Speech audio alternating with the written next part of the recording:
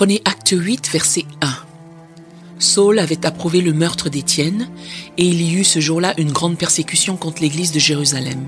Et tous, excepté les apôtres, se dispersèrent dans les contrées de la Judée et de la Samarie. Des hommes pieux ensevelirent Étienne et le pleurèrent à grand bruit. Saül, de son côté, ravageait l'église. Pénétrant dans les maisons, il en arrachait hommes et femmes et les faisait jeter en prison. Ceux qui avaient été dispersés allaient de lieu en lieu, annonçant la bonne nouvelle de la parole. Philippe, étant descendu dans la ville de Samarie, y prêcha le Christ. Les foules tout entières étaient attentives à ce que disait Philippe, lorsqu'elles apprirent et virent les miracles qu'il faisait. Car des esprits impurs sortirent de plusieurs démoniaques en poussant de grands cris, et beaucoup de paralytiques et de boiteux furent guéris. Il y eut une grande joie dans cette ville. Faites attention ici, Simon avait lié toute la ville. Il y avait auparavant dans la ville un homme nommé Simon qui, se donnant pour un personnage important, exerçait la magie et provoquait l'étonnement du peuple de la Samarie. Tous, depuis le plus petit jusqu'au plus grand, l'écoutaient attentivement et disaient « Celui-ci est la puissance de Dieu, celle qui s'appelle la Grande ». Ils l'écoutaient attentivement parce qu'il les avait longtemps étonnés par ses actes de magie. Mais quand ils eurent cru à Philippe, qui leur annonçait la bonne nouvelle du royaume de Dieu et du nom de Jésus-Christ, hommes et femmes se firent baptiser. Simon lui-même crut. Dieu Tout-Puissant, prêchez jusqu'à ce que le sorcier croie. Et après avoir été baptisé, il ne quittait plus Philippe et il voyait avec étonnement les miracles et les grands prodiges qui s'opéraient. Ces gens ont vécu assez longtemps pour voir celui qui les avait retenus captifs pendant des années fléchir le genou et confesser que Jésus était Seigneur à la gloire de Dieu. Tout cela grâce à un seul homme qui est venu dans cette ville et qui l'a complètement bouleversé. Ce matin, mon message est intitulé « Le briseur de sorts ». Regardez quelqu'un à côté de vous droit dans les yeux et dites « Bien-aimé, le sort sur ta vie est brisé ». Prions. Père, je te remercie pour cette opportunité de m'adresser à ce corps auguste de croyants rassemblés dans ce lieu. Ils ne savent pas exactement à quoi s'attendre, mais ils sont venus dans la maison de Dieu pour t'adorer et te magnifier. Ils ne savaient pas du tout qu'ils allaient avoir rendez-vous avec le destin en ce jour, et qu'avant de quitter ce lieu, des forteresses, des luttes seront pulvérisées sous l'onction du Saint-Esprit. Père, je préviens chaque démon, chaque sorcière, chaque devin, chaque vaudouiste qu'ils ont 60 secondes pour évacuer le bâtiment. Je sens du haut de ma tête jusqu'à la plante de mes pieds qu'une percée est sur le point de jaillir dans ce lieu, qui brisera toute servitude, toute malédiction, tout sortilège, tout envoûtement, toute influence démoniaque qui a saboté le destin de chaque fils et fille de cette maison au nom de Jésus. Nous nous élevons maintenant contre tous les liens sur les ministères, les entreprises, les sociétés, les familles, les mères, les filles, les pères, les fils, les églises, les frères et sœurs au nom de Jésus. Esprit du Dieu vivant, que ta volonté se fasse dans ce lieu. Je te remercie pour ce que tu es sur le point de faire. Secoue ce lieu, secoue-le comme si c'était un tapis, secoue-le comme si c'était un vêtement. Pulvérise-le, ô grand Dieu que tu es. Je te remercie pour ce que je ressens en ce moment. Que ta volonté se fasse dans ce lieu, au nom de Jésus. Que quelqu'un crie Amen. Lorsque nous lisons le livre des Actes, ce que la version Louis II appelle les Actes des Apôtres, on ne peut s'empêcher de noter que bien que ce dernier ait été assez avisé dans la traduction de la langue, il semblerait qu'il n'ait pas véritablement compris la synergie de ce livre en particulier. Ce livre est en fait, en ce qui concerne la théologie du Nouveau Testament, le livre contemporain du livre de Genèse, puisqu'il commence par le livre des Actes et par la compréhension de l'effusion de l'ampleur de l'Esprit Saint sur l'Église, par le canal utérin de ce qui se passe dans Actes chapitre 2. L'Église naît, elle a perdu les os et elle émerge dans une nouvelle dimension de pensée et d'influence, une dimension que Louis II appelle les Actes des Apôtres. Cependant, en lisant attentivement le livre, on finit par comprendre que ce qu'on voit en réalité sont les actes de Dieu, pas vraiment les actes des apôtres. Les apôtres étaient les bénéficiaires des actes de Dieu. Soudain, est-il dit, un bruit vint du ciel, pas d'un prédicateur, pas d'une université, pas d'un penseur, pas d'un conseil de presbytérien. Un bruit vint du ciel. Trop d'églises de nos jours sont contrôlées par le bruit d'un comité, d'une personne, d'un individu. Néanmoins, ce qui fait réellement émerger un grand ministère dans le royaume de Dieu, c'est quand il y a un bruit qui vient du ciel. Chaque fois qu'un tel bruit vient dans une ville, une famille ou un groupe de personnes, l'ennemi est pulvérisé par la puissance de cette expérience. C'est pour cela que l'ennemi déteste que nous ayons une vraie rencontre avec Dieu. Quand cela arrive, cela change notre vie d'une manière définitive et profonde. Cela ne le dérange pas que nous ayons une expérience avec l'église. Cela ne le dérange pas que vous vous habillez le dimanche matin pour aller à l'église, qu'elle soit la plus populaire ou celle que votre petite amie fréquente, ou peut-être celle où vous avez entendu dire qu'il y avait de charmantes femmes. Les gens viennent à l'église pour de nombreuses raisons. Ils ne sont pas tous venus ce matin parce qu'ils recherchent Dieu. Vous êtes naïfs si vous pensez que ce grand groupe de croyants s'est réuni ici rien que pour adorer Dieu. Certains sont venus pour chercher des opportunités commerciales, d'autres de jolies femmes. Certains parce que c'est un bon endroit pour rencontrer des hommes, d'autres parce qu'ils essaient de rencontrer quelqu'un et qu'ils ont besoin d'inspiration sociale. Les gens viennent pour de nombreuses raisons. Cependant, la grande majorité d'entre nous est venue parce qu'elle cherche une action, une expression de Dieu. Ce qui se passe dans ce processus, c'est que l'ennemi essaie de polluer toute action de Dieu par une telle injection d'inclination charnelle que nous passons à côté du dessein pour lequel Dieu a prédestiné cette action. Et souvent, cette inclination charnelle vient même des dirigeants. Nous voilà donc à ce moment précis dans le livre des Actes où Dieu a envoyé une action légitime de son esprit dans le 2e chapitre des Actes, une action de Dieu si forte, si dominante que même au risque d'être décapités, écorchés vifs et sciés en deux, ils sont restés fidèles à cette action de Dieu. Le défi est que chaque fois que Dieu agit de manière puissante, nous avons tendance à construire un monument autour d'une action et nous nous enracinons dans un dogme religieux. Nous avons tendance à vouloir dresser une tente autour de ce que Dieu a fait plutôt que de suivre Dieu dans ses mouvements. Ce qui commence à se passer quand vous observez l'attitude des apôtres dans le livre des Actes, c'est qu'ils revenaient sans cesse à Jérusalem du fait qu'ils essayaient de recréer une expérience de leur vie qui aurait dû être un tremplin plutôt qu'un monument, une organisation, une doctrine ou un discours ecclésiastique. Ce que les gens font généralement, c'est revenir là où Dieu était en essayant de lui faire faire ce qu'il faisait auparavant. Ils pensent que la puissance est dans la situation géographique plutôt que dans la relation avec Dieu. Chaque fois que nous nous accrochons ou que nous nous attachons trop à un dogme, à un credo, à une dénomination, à une influence basée sur là où Dieu a été, Dieu fréquemment envoie une secousse dans nos vies pour nous faire sortir de la tradition. En effet, la tradition rend la parole de Dieu nulle. Il y a des gens qui choisissent leur église en fonction du fait que leur grand-mère avait l'habitude d'y faire des tartes à la patate douce. D'autres y sont vu que leur arrière-grand-père avait posé la pierre angulaire de cette église. Leur arrière-grand-père est mort depuis des années. Cela dit, ils vont toujours là où l'arrière-grand-père allait par fidélité à la disposition familiale en matière de théologie ou de dénomination. Certaines personnes vont dans une église à la recherche d'une certaine dénomination dans une ville du fait qu'elles sont coincées dans un système plutôt que de chercher une action de Dieu. Elles sont mariées à une idée de Dieu, ou comme le dit la Bible, elles ont une apparence de piété, mais reniant ce qui en fait la force. Très souvent, Dieu doit vous secouer. Pendant que les apôtres n'avaient de cesse de revenir à Jérusalem, que le conseil se réunissait à Jérusalem pour discuter de qui était un vrai apôtre, qui ne l'était pas, de ce qui allait être une grande action de Dieu et ce qui ne l'était pas, la persécution a surgi à Jérusalem. Saul commença à faire des ravages dans l'église et à attaquer les chrétiens pour les faire sortir de leur système religieux. Je ne sais pas si vous pouvez vous identifier à cela ou non. La plupart du temps dans ma vie, quand je n'obéis pas à Dieu rapidement, Dieu envoie la persécution pour me faire sortir de la tendance que j'ai. Vous voyez, je suis très loyal. Si je vous suis attaché, je le suis fortement. Si je suis votre ami, je le suis vraiment. Tu es mon frère envers et contre tout, contre vents et marées. Même si tu n'as pas de canoë, pas de barque, ni de maillot de bain, je suis quand même dans l'eau avec toi pour essayer de te sortir de là. Je vais m'accrocher. Les gens comme ça sont susceptibles de devenir stoïques, statiques et engagés dans une chose morte qui ne fonctionne pas. Parfois, Dieu doit envoyer la persécution pour vous sortir en vous secouant de quelque chose, afin de vous faire entrer dans ce qu'il a pour vous. La persécution est survenue à Jérusalem. Il y a eu un grand bouleversement. Vous devez comprendre que chaque bouleversement n'est pas mauvais. Plusieurs d'entre eux sont bien. Souvent, nous recevons une direction à travers la persécution. Si je ne dis rien d'autre, je viens de vous donner mon message. Oui. En général, ceux qui nous persécutent, sans qu'ils le sachent, sont les agents du Seigneur. Dieu se sert de la persécution envers nous pour nous diriger vers sa prochaine action. Tout comme les frères de Joseph qui ont voulu lui faire du mal, Dieu l'a changé en bien. De temps en temps, vous perdrez un emploi et vous pleurerez à ce sujet. Cela dit, dans un an, vous serez heureux qu'il vous ait renvoyé. Dieu utilisera cette porte qui vous a été claquée au nez pour vous faire regarder dans une autre direction et en ouvrir une qui bénira les 20 prochaines années de votre vie.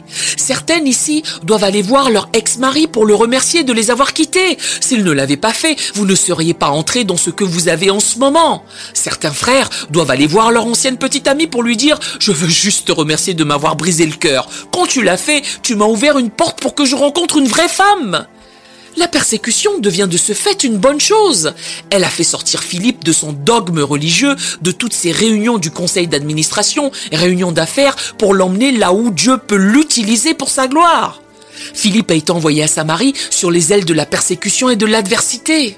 Qu'importe qui Dieu utilise pour vous guider dans votre prochaine action, tant que vous réussissez à parvenir à cette grande action de Dieu. La Bible dit que Philippe est descendu à Samarie. Après que l'enfer se soit déchaîné à Jérusalem, Philippe a été forcé d'y descendre. Je veux juste m'arrêter ici et prendre un moment pour vous dire que certaines des choses pour lesquelles vous pleurez en ce moment, vous crierez de joie pour elles plus tard. Vous direz, c'était bien que je sois affligé. Si je ne l'avais pas été, je n'aurais en aucun cas connu la puissance de Dieu. Vous pleurez en ce moment en raison du fait que quelqu'un vous a claqué la porte au nez. Plus tard, vous danserez devant cette porte en disant, regardez ce que le Seigneur a fait. Je ne sais pas à qui je parle. J'ai cette sensation que je prophétise sur quelqu'un à propos d'une situation à laquelle vous êtes confronté en ce moment. Si vous avez la moindre foi, séchez vos larmes, changez vos lamentations en allégresse. C'est la journée que l'Éternel a faite. Qu'elle soit pour nous un sujet de joie. Nous nous réjouirons. Cela signifie que je vais me décider à me réjouir à ce sujet. Je vais être heureux à propos de quelque chose qui me faisait pleurer. Je vais me réjouir à propos de quelque chose qui m'inquiétait. J'ai réalisé que si Dieu a permis que je traverse tout cela, cela ne peut être que pour mon bien. Il ne refuse aucun bien à ceux qui marchent dans l'intégrité. Philippe descend donc à Samarie. Vous vous souvenez d'elle, n'est-ce pas? C'est la ville dans laquelle Jésus avait planté une semence à travers la femme du puits. Quand il a vu la femme qui lui est parlé, il a semé une semence dans la ville de Samarie. Jésus a dit, il fallait qu'il passât par la Samarie. Il a semé une semence en cette femme qui désavouait son dogme religieux. Il a dit, ton peuple ne sait pas ce qu'il fait. Il adore sur votre montagne ce qu'il ne connaît pas, mais l'heure vient et elle est déjà venue. Écoutez cela. Elle vient et elle est déjà venue. L'heure est déjà venue. Je te parle, mais ma discussion avec toi ne va pas tout achever. Quelqu'un va venir et va terminer ce que j'ai commencé. L'heure vient et elle est déjà venue où les vrais adorateurs adoreront le Père en esprit et en vérité. J'essaie de vous dire que ce que vous avez expérimenté dans votre présent est encore en train de se réaliser. Vous avez crié à ce sujet quand vous en avez entendu parler, mais cela doit encore se réaliser. L'heure vient et elle est déjà venue. Deux choses vont se passer dans votre vie. Vous allez en entendre parler à un moment donné et y entrer à un autre moment. Vous avez crié sur l'idée d'être délivré, mais vous êtes sur le point d'être bel et bien délivré. Le prédicateur est venu et vous a rendu heureux simplement en évoquant cette idée. C'est comme ce que fait une publicité lorsqu'elle vous montre une image d'un aliment. Vous regardez l'image et vos glandes salivaires commencent à saliver à la pensée de la nourriture. Vos glandes sont stimulées par la perception mentale de l'image et sa commercialisation. Or, quelle que soit la beauté de l'image, l'opulence du décor, la beauté de la table, personne ne peut manger l'image d'un steak. Pendant des années, vous avez crié sur une image de délivrance, mais l'heure vient et elle est déjà venue où les vrais adorateurs adoreront le Père en esprit et en vérité. Je sais qu'il n'y a peut-être que 30% des personnes présentes ici qui comprennent ce que je veux dire. Si vous le comprenez, dites à quelqu'un, ça vient, ça vient, ça vient. La percée, la délivrance arrive. Elle est sur le point d'être libérée dans ma vie. Pour beaucoup, sans connaître la théologie profonde, vous le percevez dans votre esprit. Vous avez longtemps eu la sensation que quelque chose était sur le point de se produire. Vous étiez opprimé, voire déprimé, certains même possédés. Malgré toute cette influence satanique, la raison pour laquelle vous n'êtes pas mort, que vous n'avez pas abandonné ou que vous ne vous êtes pas évanoui est que vous ne cessiez de ressentir que quelque chose était sur le point d'arriver. Si je tiens le coup, je vais avoir ma percée. Le diable vous a dit de vous faire sauter la cervelle. Vous avez pourtant un pistolet chez vous. Néanmoins, vous ne voulez pas l'utiliser car vous pensez « Non, non, non, non, je ne peux pas finir comme ça. Je viens de recevoir une promesse. Cela ne s'est pas produit dans ma vie, mais j'ai reçu la promesse que le meilleur reste à venir. En conséquence, je tiens ferme après avoir tout surmonté. J'attends quelque chose, même si je ne sais pas ce que j'attends. » Est-ce que quelqu'un sait ce que c'est que d'attendre quelque chose, bien que vous ne sachiez pas exactement ce que c'est? Vous voilà assis à l'arrêt du bus, vous attendez. Je ne peux pas mourir puisque quelque chose est sur le point d'arriver. Philippe s'est faufilé dans la ville de Samarie. Pas de brigade, pas de militaire, pas de son de trompette. Un homme que les persécutions personnelles ont conduite dans la destinée de Dieu. C'est comme cela que le ministère fonctionne. Vous êtes nombreux à être assis sur les bancs. Vous nous voyez quand nous venons, mais vous ne savez pas pourquoi nous sommes venus. Vous ne savez pas que la force avec laquelle nous prêchons est la plupart du temps éradiquée par l'opposition qui nous a conduits jusqu'à vous. Vous ne savez pas que nous avons traversé l'enfer pour parvenir jusqu'à vous. Vous pensez que nous prêchons avec feu juste parce que nous voulons que vous expérimentiez cela. Or, en réalité, c'est une explosion de la fournaise qui nous a éjectés, qui nous a obligés à venir ici. Parlons à présent un peu de Samarie. Comprenez qu'il y avait du paganisme, du ritualisme dans la ville. Jésus y fait allusion dans l'évangile de Jean lorsqu'il dépeint l'image de la femme samaritaine qui descend au puits. Elle a 5 maris et une situation. Il y a une infusion de religion mélangée à une infusion de perversion dans sa vie. Tout cela est mêlé et entremêlé et Dieu s'est servi de cette femme pour dire « Venez voir un homme !» Ils sont pour un temps venus à cause de cette femme. Malheureusement, ils sont retombés dans un comportement païen.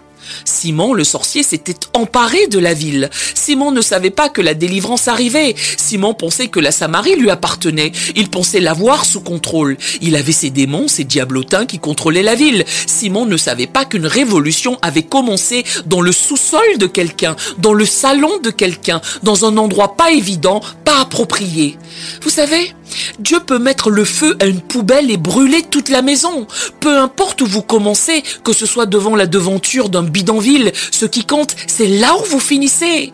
Dieu a allumé un feu dans le cœur de Philippe.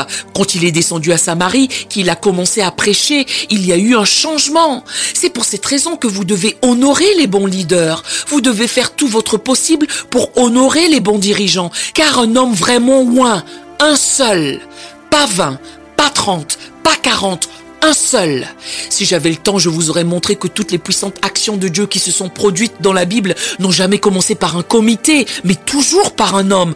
Un seul homme mettait une ville sens dessus dessous. Quand Dieu se prépare à créer toute l'humanité, il crée un seul homme. Quand Dieu se prépare à créer une femme, il crée un homme. Il sort la femme de l'homme, il sort la famille de la femme, il sort la civilisation de la famille. Dieu commence toujours par un. Lorsque Dieu s'apprête à délivrer les enfants d'Israël, il utilise un seul homme, Moïse, et lui dit « Descends et dis à Pharaon de laisser partir mon peuple ». Quand Dieu se prépare à nourrir le peuple d'Israël, il utilise un homme nommé Joseph. Il dit « Si j'arrive à sortir Joseph d'ici, il délivrera tous les autres ». Lorsque Dieu s'apprête à restaurer Jérusalem, il utilise un homme nommé Néhémie pour apporter la délivrance dans la ville. Lorsque Dieu s'apprête à prophétiser son retour, il utilise un homme, un prophète à l'œil de lynx nommé Ésaïe. Lorsque Dieu est prêt à faire connaître à Jérusalem que son cœur est brisé, il utilise un homme nommé Jérémie, le prophète pleureur. Tapotez quelqu'un, dites-lui qu'il suffit d'un seul homme bien. Un seul, on poursuit 1000 et 2, 10 000. Si vous en avez un, il va révolutionner votre ville. Le diable a tellement peur de ce seul homme que quand il sait qu'un homme va venir, il envoie tous ses avorteurs pour essayer de tuer tous les enfants mâles de la ville. Il n'est pas après le message, il recherche un seul homme. Pourtant, pourtant, il est prêt à tuer d'innombrables enfants mâles pour essayer de trouver ce seul homme. Le diable sait que si vous êtes libérés, tout ce qui est lié à vous sera également délivré. Tapotez quelqu'un et dites-lui, je suis l'un des uns. C'est pour cette raison que le diable vous a combattu toute votre vie. Vous êtes l'un des uns. Vous êtes un démolisseur de prison, un transporteur de montagnes, un tueur de géants, ou un pour tuer l'ennemi. C'est pour cette raison que le diable vous a combattu toute votre vie. Il savait que si jamais vous étiez libérés, il tuerait vos frères, vos amis, votre famille, votre quartier, alors que c'est vous qu'il cherchait. Dites à quelqu'un, je suis encore là. Philippe est allé à Samarie, il a prêché l'évangile, a commencé à chasser les démons, les aveugles ont commencé à recouvrer la vue, les paralytiques ont commencé à marcher, un changement a commencé à se réaliser. Il y avait une grande joie dans la ville. Il n'y a pas de joie comparable à celle que vous avez quand vous avez une percée dans votre vie, que vous voyez la délivrance. Je sais qu'on nous critique pour la façon dont nous adorons. Cela dérange certaines personnes. Elles pensent que nous sommes bruyants, tapageurs, rustres et inutiles. Elles pensent qu'il n'est pas approprié pour des personnes intelligentes d'agir de manière aussi extravagante et flagrante dans la louange à Dieu. Toutefois, je leur dis que si vous saviez d'où Dieu m'a sorti, vous le loueriez aussi. Si vous saviez comment ma maison était en feu, comment l'ennemi a essayé de me détruire, que j'y ai à peine échappé, je veux dire, j'ai brûlé mes chaussettes en sautant par la fenêtre, mais j'ai survécu par la grâce de Dieu. Excusez-moi si je danse devant chez moi ou que je prie dans mon salon, mais je peux encore sentir la fumée de ce qui a failli se passer dans mon salon. Alors bien sûr que je pense à la bonté de Jésus, à tout ce qu'il a fait pour moi. Il y avait une grande joie dans la ville. Il y avait une fête.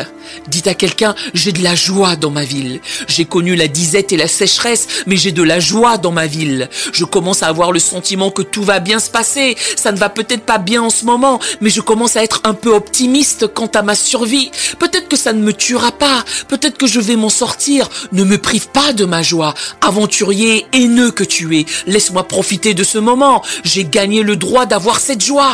Je me dois de danser au moins autant que j'ai pleuré. Je me dois de célébrer autant que j'ai souffert. Comment oses-tu rester assis là à lever les yeux au ciel quand tu me vois avoir une percée? Tu n'étais pas là quand j'étais à Hell's Kitchen, le quartier le plus chaud de la terre, sortant de là avec de la fumée sur mon manteau. Non, non, non, non, non, mes frères et sœurs. C'est là qu'est le problème contemporain auquel nous sommes confrontés dans notre société, qui se reflète dans ce qui se passe à Samarie. Ils ont une grande joie, tout comme nous. Ils ont de grandes réunions, tout comme nous. Ils ont de grands moments de louange, tout comme nous. Ils ont une grande exubérance, tout comme nous. En revanche, l'ennemi réel est furieux.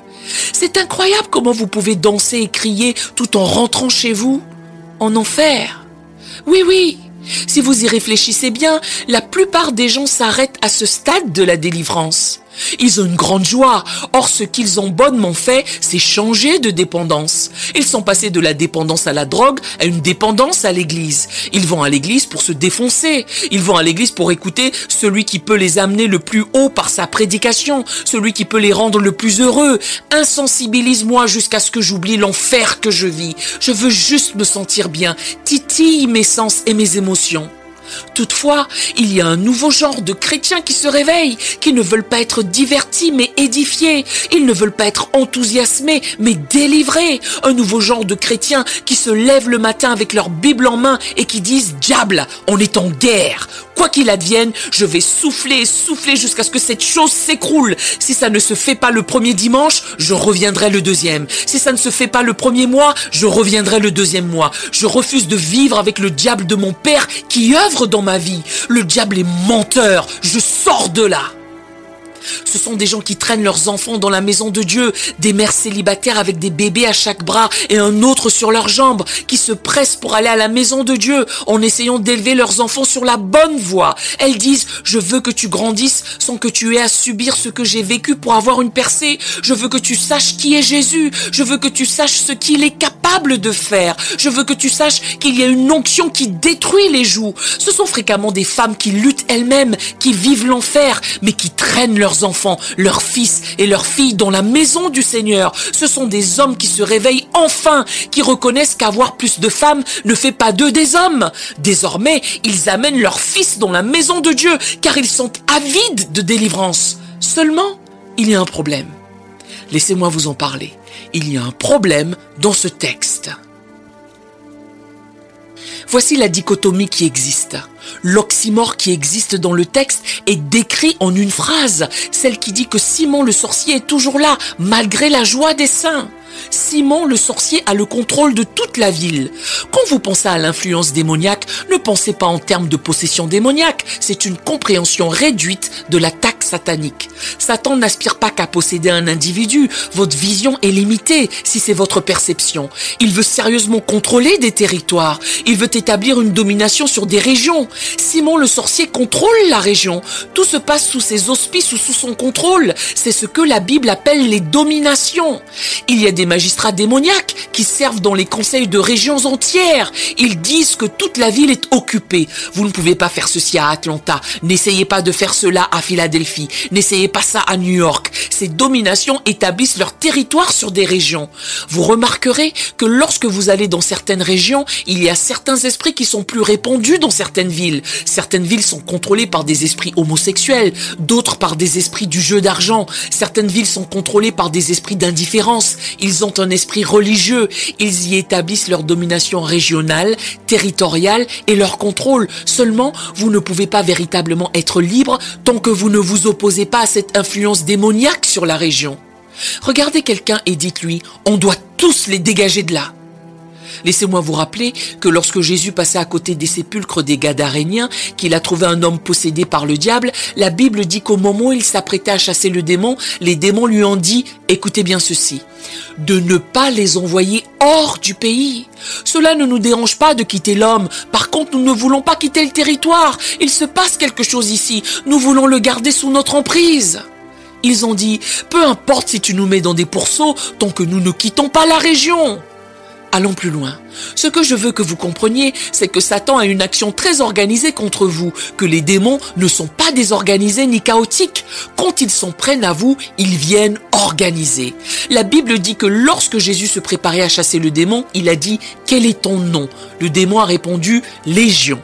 Légion signifie que nous sommes régentés, nous sommes organisés, nous marchons ensemble.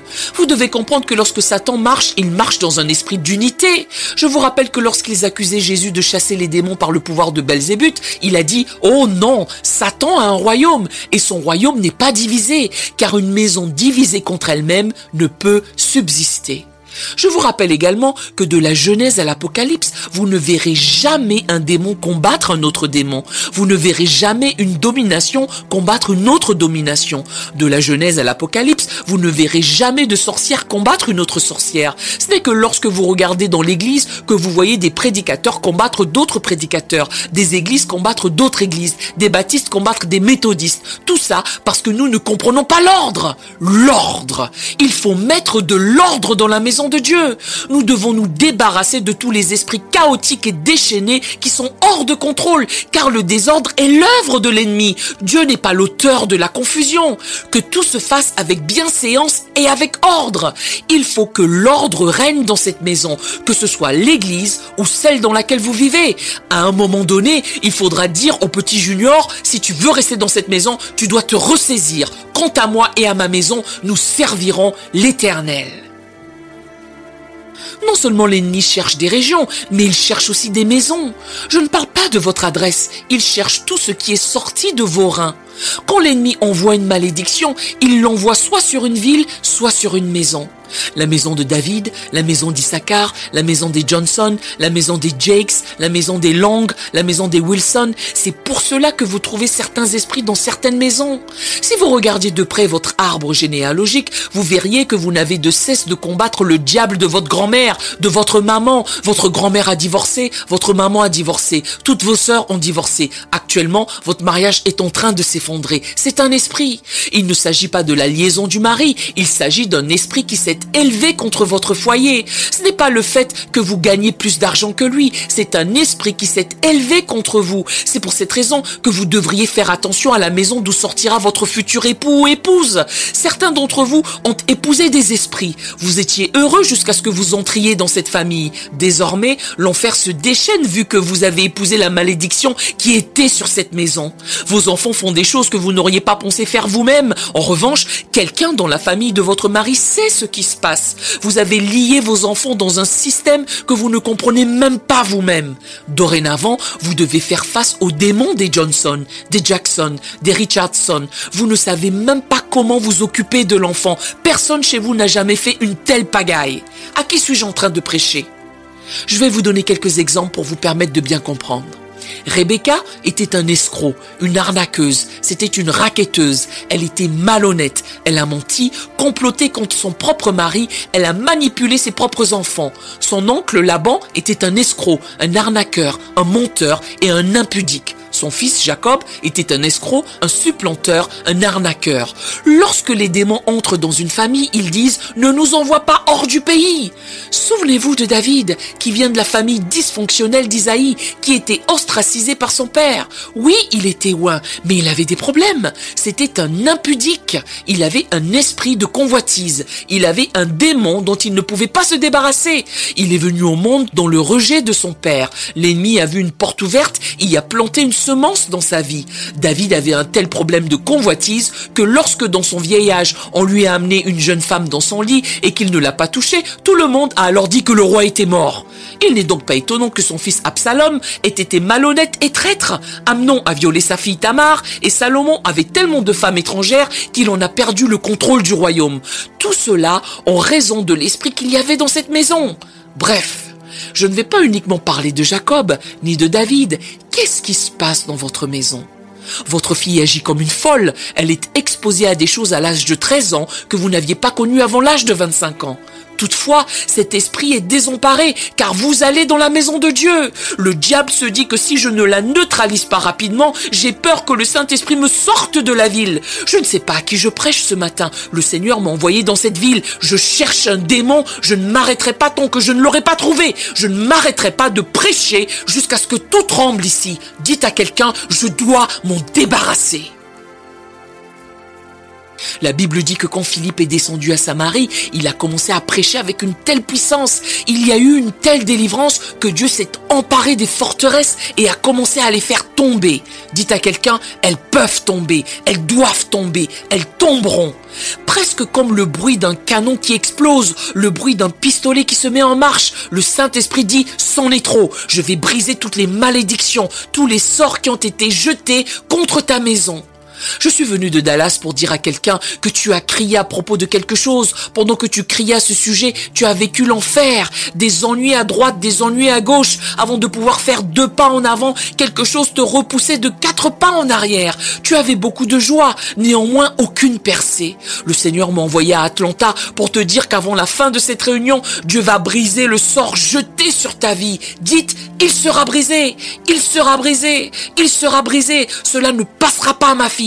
Cela ne passera pas à mon fils. Cela ne passera pas à mes enfants. Le diable est menteur. Je déclare dans le nom de Jésus que le sort est brisé. Cet esprit de pauvreté qui a maudit tant de générations dans ma famille, je m'élève contre lui dans le nom de Jésus. J'étais fauché, mes parents étaient fauchés, leurs parents étaient fauchés. C'est un esprit de ghetto que je vais chasser. Libérez-vous avec une secousse. Nous allons chasser les esprits d'endettement, les esprits du désespoir, les esprits de détresse, les esprits de confusion. Ils vont vous lâcher. Trop, c'est trop. C'est l'heure de la délivrance des esprits de perversion qui vous font faire des choses au milieu de la nuit. Vous n'aimez pas ce que vous faites. Or, vous ne pouvez pas vous en empêcher. Vous ne pouvez pas le briser. Le diable se moquait en disant, il est exactement là où je voulais qu'il ou elle soit. Il ou elle ne s'en libérera jamais. Mais je suis venu pour lui donner un avis d'expulsion venant de la parole de Dieu qui dit, Satan, je te chasse. Je te chasse de chaque maison, de chaque circonstance, de chaque situation. Que quelqu'un dise, sors, sors. Je sens la percée dans ce lieu. Je dis à chaque sorcier qu'il ou elle ferait mieux de s'en aller immédiatement. L'esprit du Dieu vivant est sur moi et j'ordonne à tout esprit impur de sortir de cette maison. Tout gris-gris, toutes les choses qui ont été enterrées au domicile de votre grand-mère, les choses que nous avons ramenées d'Afrique, toutes les choses qui sont issues de l'occultisme, de la sorcellerie. L'ennemi essaie de vous maudire avec. Les gens vous détestaient quand vous étiez enfant. Maudits par le viol, maudits par les abus sexuels, maudits par les mauvais traitements, maudits par par l'absence de père, maudits par les mères adultères. Je m'élève contre cela au nom de Jésus. Vous devez vous libérer. Louez le Seigneur. Oui, oui, oui, oui, oui, oui, oui. Je brise toute addiction, toute dépendance, tout esprit d'alcool commence par l'alcoolisme. Actuellement, c'est la drogue. Tout est dans votre maison. Les démons de sexe, esprit d'être sexy, esprit pervers, esprit de folie, esprit de suicide. Trop, c'est trop. Tout ce qui a perturbé votre famille, perturbé votre église, perturbé votre entreprise, perturbé votre argent, perturbé votre sexualité. Aujourd'hui, le sort est brisé sur votre vie. Louez-le comme si votre maison était en feu. Louez-le comme si vous aviez perdu la tête. Oui, oui, oui, oui, oui, oui, oui, oui. Le sort est brisé en cet instant, immédiatement, tout de suite. C'est le moment d'aller dans le camp de l'ennemi pour reprendre ce qu'il vous a volé. Ne vous arrêtez pas là. Reprenez ce qu'il a volé à votre mère, à votre père, à vos ancêtres. Reprenez tout, reprenez ce qui vous appartient. Joignez-vous les mains. Nous devons nous accorder pour nos enfants. Il nous faut récupérer nos enfants, nos fils et nos filles, dont certains sont en prison, dans la drogue. Il faut qu'on les récupère. Nous devons les récupérer. Ils ont abandonné l'école. Ils connaissent toutes les paroles des chansons rap, mais ils n'ont pas lu un seul livre en un an. C'est une malédiction qu'il faut briser. L'esprit de pauvreté doit être brisé. Il doit être brisé dans la vie de vos enfants. Ça commence par vous. Vous n'êtes pas pitoyable. Vous n'êtes pas vaincu. Vous n'êtes pas fauché. Vous n'êtes pas impuissant. Vous n'êtes pas stupide, vous n'êtes pas idiot, c'est un mensonge. Ne demandez rien à personne, personne ne vous donnera quoi que ce soit, car vous n'êtes pas sans défense. Votre sort est brisé. Maintenant, vous allez tout récupérer. Maintenant, vous allez monter votre société. Maintenant, vous allez créer votre entreprise. Maintenant, vous allez sortir de l'endettement. Maintenant, vous allez acheter votre maison. Maintenant, vous allez fortifier votre génération. Maintenant, vous allez vous ressaisir. Maintenant, vous allez vous présenter aux élections. Vous allez agir dans la puissance. Dans cette onction, je veux que vous commenciez à crier les noms de vos enfants, de vos petits-enfants, de vos frères et sœurs. Je veux que vous le fassiez tout de suite. Criez-les, criez-les, criez-les, criez votre adresse, criez le nom de votre entreprise, votre lieu de travail, criez-le. Aujourd'hui, ce sont les arts sur une transformation complète dans votre vie, dans votre esprit, dans la vie de vos enfants. La Bible a dit que vous connaîtrez la vérité et la vérité vous affranchira. Nos hommes meurent en silence 10 à 15 ans plus tôt que les femmes. Les malédictions arrivent pour la raison que l'ennemi cherche la semence de la femme. Il cherche votre semence. Il cherche vos fils, vos maris. Marie et Marthe, votre frère ressuscitera. Il va y avoir une percée dans votre maison. Je crois que Dieu est avec vous. Je crois que Dieu est avec vous pour vos enfants. Je sais ce que c'est que de prêcher l'évangile, de gagner le monde et d'avoir derrière le diable qui pourchasse mes enfants comme des lapins sur lesquels on tire en pleine tête. J'ai dû arrêter de prêcher. J'ai dû lier l'ennemi en lui disant « Diable, tu ne peux pas avoir mon enfant ». Ainsi, je lutte avec vous. Je comprends ce que c'est. J'ai l'impression que tout le monde ici a reçu quelque chose de différent. L'esprit de pauvreté a été brisé. Les esprits secrets de perversion ont été brisés. Aujourd'hui, nous avons brisé ce sort. Nous aimerions vous donner l'opportunité de faire de Jésus le Seigneur de votre vie. Voulez-vous bien prier avec moi? Dites: Seigneur Jésus, je me repens de mes péchés. Viens dans mon cœur. Je fais de toi mon Seigneur et Sauveur. Si vous avez fait cette simple prière, nous croyons que vous êtes né de nouveau. Allez dans une bonne église qui est basée sur la Bible. Donnez à Dieu la première place. Nous espérons de tout cœur que ce message vous encouragera. Si vous connaissez quelqu'un qui peut être encouragé, s'il vous plaît, envoyez-le lui, édifiant le corps de Christ ensemble. Nous publions un nouveau message chaque semaine. Appuyez sur la cloche des notifications pour vous le rappeler. Merci infiniment de nous soutenir en vous abonnant à notre chaîne. Que Dieu vous bénisse abondamment.